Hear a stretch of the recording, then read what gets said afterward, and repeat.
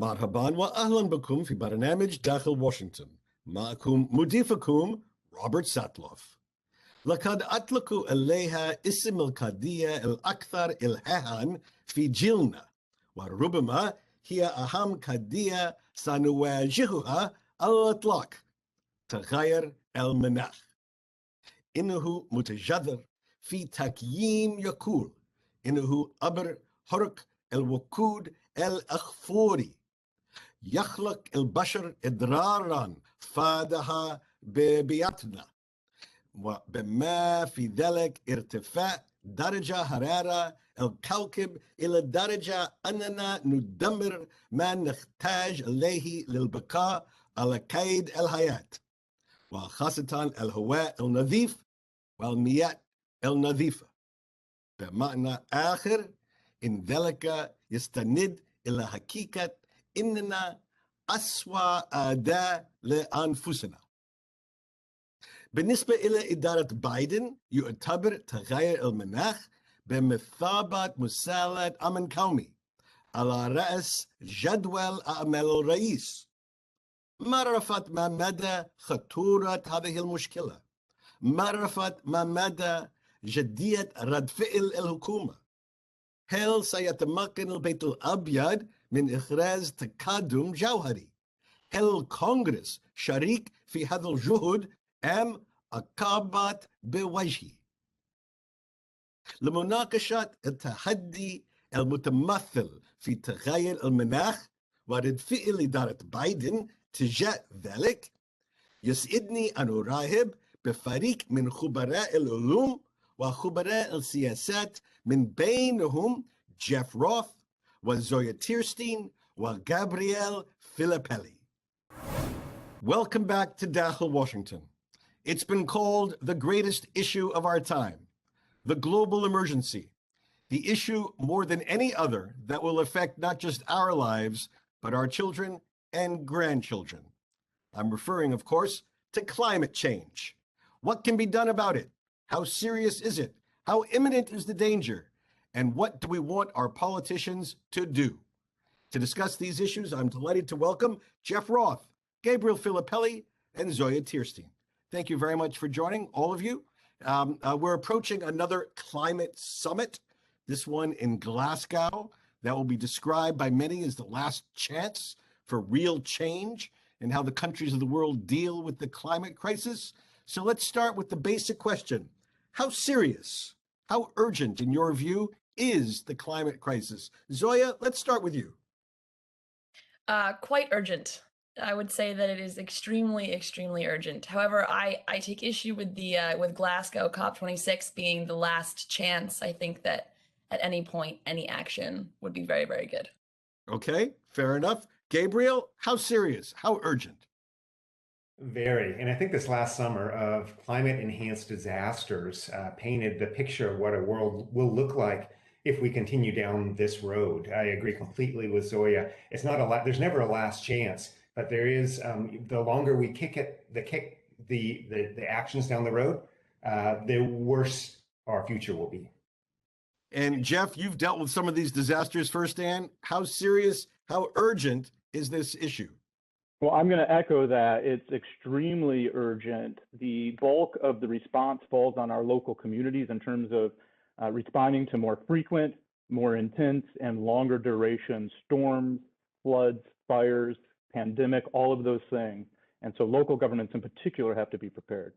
So is there any doubt anymore that what we're seeing by some of this extreme weather is not just, a cycle of nature, but rather something that was triggered by human action? Gabriel?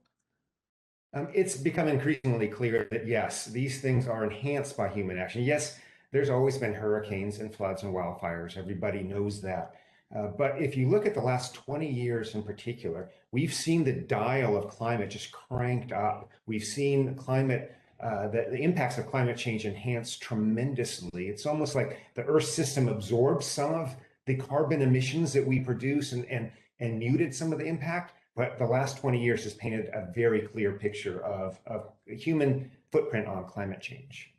I mean, we've seen some some remarkably scary extreme weather phenomenon, up to more than 120 degrees in British Columbia in summertime, fires, hurricanes, floods. Is there any way to predict what is going to happen? Is there any way to how do we deal with this near-term challenge of such extreme weather? Jeff? Yeah, is there a way to predict? Not directly. Like we know these things are going to happen, so they are coming. I think what governments can do, what citizens can do to be better prepared is understand and identify areas that we think are at higher risk. So generally, those are areas where people confront nature in a very real way. And understanding where those locations are there things that we can do to prevent and implement mitigation measures to make it safer and less catastrophic when something happens? So yeah, there are things we can do to identify risky spots and take mitigation measures in those areas. But we know it's going to happen. We know it's going to happen. I mean, was there some way for people in the Pacific Northwest to expect to have Sahara-like temperatures in the middle of the summer? I mean, they don't even have air conditioning up there. Zoya? Well, I mean, that specific event was unusual. I mean, the climate models do not predict that severe heat too often. However, I think that I talked to this climate scientist who told me that we're kind of obsessed with looking towards the future. What's it going to be like? What can we expect? But the truth of the matter is, right now we're living on a planet that has warmed 1.2, 1.3 degrees Celsius. So you can expect more of the same. We're living in it now. You can look at what's happening around the US, around the world, and that's what we're going to get, more of that. So prepare for that. I have to step back and ask, Gabriel, perhaps you can explain this for me as well as our viewers. 1.3 degrees doesn't sound like a lot, but yet it is a lot. Why? So if you look back through geologic time, you can see that climate has changed, and it's changed for various predictable reasons.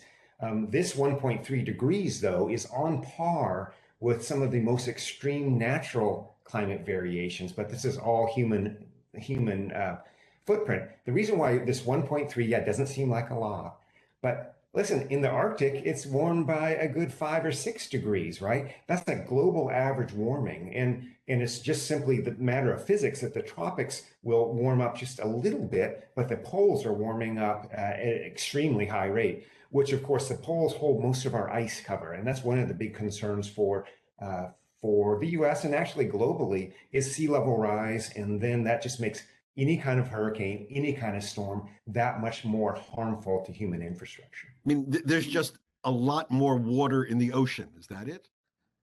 That's right. That's right. And particularly there's Greenland, which is covered by quite a bit of ice, and that is an incredibly vulnerable ice pack. And we're seeing it's melting. Actually, there's complete melt on it last year. Like the entire surface was showing evidence of melting. That's highly unusual. Zoya, let me ask you this. So who's doing really well when you look around countries of the world, big countries? Obviously, small island countries are the most vulnerable. And so one imagines they're taking whatever steps they can take, but they have a very small imprint on global climate change. Among major countries of the world, countries that are producers of carbon dioxide, who's doing really well on this? It's a tough question because the short answer is no one. No one's doing well. No one's doing nearly enough. Some countries are doing something, and that is important. Not to diminish that progress. Europe, Britain, the U.S. is now. I mean, hasn't done anything yet, but there's a bill in Congress that could significantly ratchet down emissions. So, and we can talk more about that later, whether that'll pass or not. But the short answer is basically no country is on track. No developed country, no large country that produces a huge amount of emissions is on track to meet the goals of the Paris Agreement, and that's a problem. Jeff, do you see that we're even on track to deal with, in the short term, to deal with the disasters that are happening with greater frequency? Yes and no. You know, we've learned a lot in the United States from past storms. I mean, you look at what happened in New Orleans recently with recent storms. We certainly learned a lot from Katrina. So local authorities and governments were more able to respond. But the problem is, as the frequency, intensity, and duration of these sorts of events increase, our budgets can't keep up. We don't have the resources to be able to respond in the same way. And we're not putting money into prevention measures. So over time, as these things increase and continue, it's going to be very hard for us to keep up. I want to just make sure that we're all on the same page on one thing. Is it all of your collective views that it's not too late for humankind to undo what humankind has done? It's such a hard question. Maybe please don't say it's too late. It's not too late. It's not too late. It's possible to avert the worst of the warming. Politically, I'm not so sure that there can be enough momentum to turn things around in time. But that's not to say, which is to say that it is possible. Just it's the question of will we? It's the will, not just the ability. Do you all agree with that? I do, and I take the COVID shutdowns as a good example of how much we have to do to meet the climate targets, and it gives us good evidence we're not doing enough. So, for example, in the grips of the global shutdown, the biggest shutdown we've seen in modern society, right, where people weren't driving, people weren't flying, the emission sources had gone down substantially. All we saw was a 7% decrease in carbon emissions globally. Just 7%. And we have to reduce carbon by 50% by 2030 and another 50% on top of that by 2040 to even come close to meeting these targets. So there's no too late ever. I agree with Zoya, but it's the clock is ticking and time is not on our side. Jeff?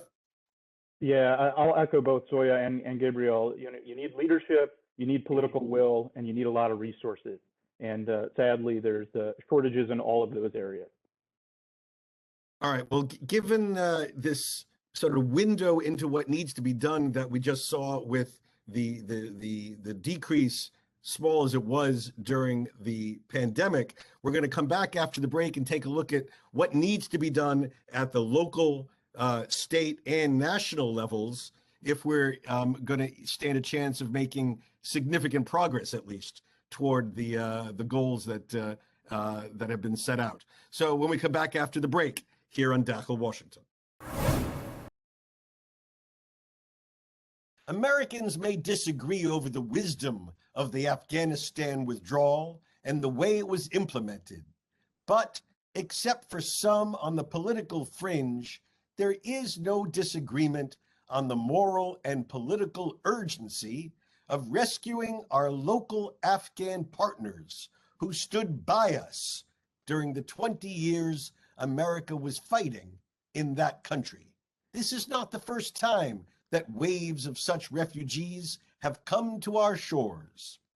There are about 1.1 million Cuban exiles in America who came to the United States in waves from the last days of the government overthrown by Fidel Castro in the Eisenhower administration, through the failed Bay of Pigs invasion by the Kennedy administration, through the Mariel boat lift in the Carter administration. And there are about 300,000 Vietnamese, Laotians, and Cambodians who came to America as refugees after the United States ended its military involvement in the Vietnam War in 1973 and the South Vietnamese collapse 2 years later. To be sure, each of these groups faced cultural, social, economic, and political problems as refugees, including, in some cases, bias and discrimination.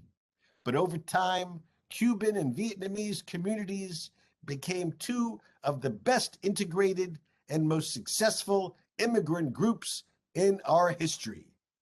Will we look back on Afghans the same way?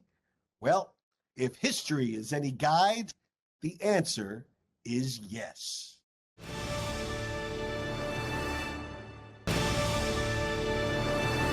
Again, my guests today include Jeff Roth. Jeff is a best-selling author of Fires, Floods, and Taxicabs, Taking a Bite Out of Big Apple Bureaucracy, a book about how to get things done in New York City. Jeff has spent his career in disaster response, from Superstorm Sandy to massive fire response, overseas deployment, and even taxi regulation. Also joining us is Gabriel Filippelli. He is a biogeochemist based at Indiana University, a giant Big Ten school in America's heartland, as well as executive director of the Environmental Resilience Institute, where he also directs the Center for Urban Health. He frequently advocates on behalf of the fight against climate change and its impact and the impact of global warming on children's health. Also joining us is Zoya Tierstein. Zoya is a climate and public health reporter at grist.com, a nonprofit news organization focused exclusively on the climate crisis and its consequences, both seen and unseen. Zoya took a lead role in the coverage of the 2021 wildfire season, the worst on record. Her reporting can also be seen in Rolling Stone, Mother Jones, and Salon. All right, let's ask the what is to be done question on several levels. First, on the local level, local community level, and then we'll move ourselves up the ladder. What are some of the most important priorities that local communities around our nation need to address to do their part in terms of the climate change challenge? Gabriel, let's start with you. Well, that's interesting because that's actually our business here at the Environmental Resilience Institute, is arming local communities with the tools that they need to be resilient to climate change, right? The tools depend on the climate circumstance. Here in the Midwest, our biggest climate impact to date, and likely for the near-term future, is extreme rainfall events. So they're dealing with stormwater issues, flooding, unsafe water to drink, as well as harmful algal blooms, which can be very, very dangerous. Let me ask you: are there regional differences in terms of not in terms of the disasters, which we can see in some places, they're flooding, in some places they're fires, but just in terms of people recognizing the extent of the problem? Are there parts of the country, Jeff, do you think that see the problem as more urgent than others and are willing to take more steps? And there are other parts of the country that are more reluctant to even recognize the depth of the problem? Oh, absolutely. Because we respond. So when there is a catastrophic or significant event, we respond to that. So places where those things are occurring, there's obviously a heightened sense of awareness. There's pressure on political leaders to take action to do something. And there's also some thought given to prevention, not enough given to prevention, but certainly in places where those things are occurring is where we're paying the most attention. But the fact is, all of these things can happen anywhere. A flood can happen anywhere. Wildfires, sure, they occur in places where there's greater density of vegetation, but they certainly can occur anywhere. So these things are coming, and yeah, there's a focus on certain regions of the country, but certainly we have to do more prevention across the country as a whole. So, Zoya, is this a right-left issue? I mean, floods don't know Republicans or Democrats. Fires burn in their Republican trees and Democratic forests. Is this a right-left issue in American politics? Well, yes, the issue is incredibly divisive still, and it has gotten more so over time, except for among young Republicans who now resemble Democrats in the way that they think about climate change specifically. But I would just like to say that, no matter what you call it, climate fueled flood or just a horrible flood, it doesn't mean that you take it less seriously. Are there enough government resources being put toward this issue in your view, Jeff? Not to prevention. A lot of our budgets have shifted to response, and we've got to make the pie whole and invest more in how we mitigate and prevent. All right, I really am sorry that this important issue, we've run out of our time, and I do hope we can continue this conversation. It is at the top of everyone's agenda, and it certainly ought to be at the top of our nation's agenda. I want to thank all of you, Gabriel, Zoya, and Jeff, for being with us today on Dakhel, Washington. I will admit, I was not always a strong advocate for public action on climate change. I was never a climate change denier, a modern-day version of a flat Earth advocate.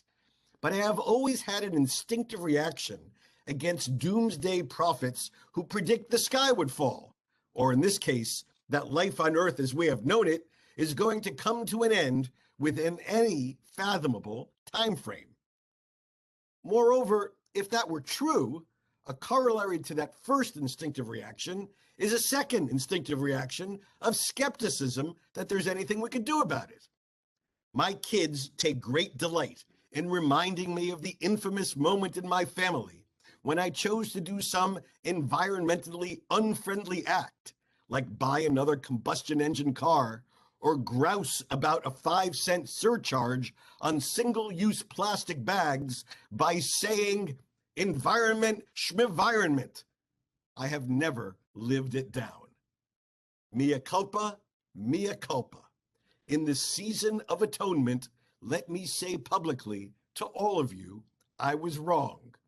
I have changed my ways, and it was my kids who taught me why and showed me how. This is serious. This is real. Climate change is not just some natural event following some grand cycle of time. It is driven by man's actions, from his voracious appetite for fossil fuels to his mania about cutting down forests, which adds carbon dioxide to the air and shrinks the Earth's ability to remove the carbon dioxide already there. The Earth is warming at an alarming rate, as anyone can tell you after they suffered through 121-degree heat.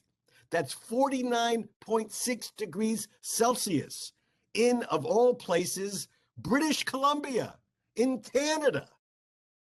It has triggered deadly weather events, from hurricanes and tornadoes to typhoons and floods, and it is melting the glaciers and polar ice caps to the point that coastal areas on continents around the world will, before long, be underwater.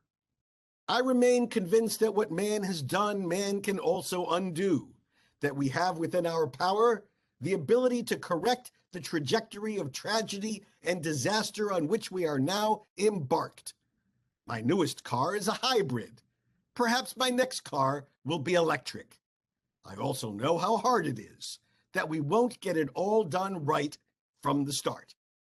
I've invested heavily in plant-based meat and restaurants, but I also like a good steak now and then.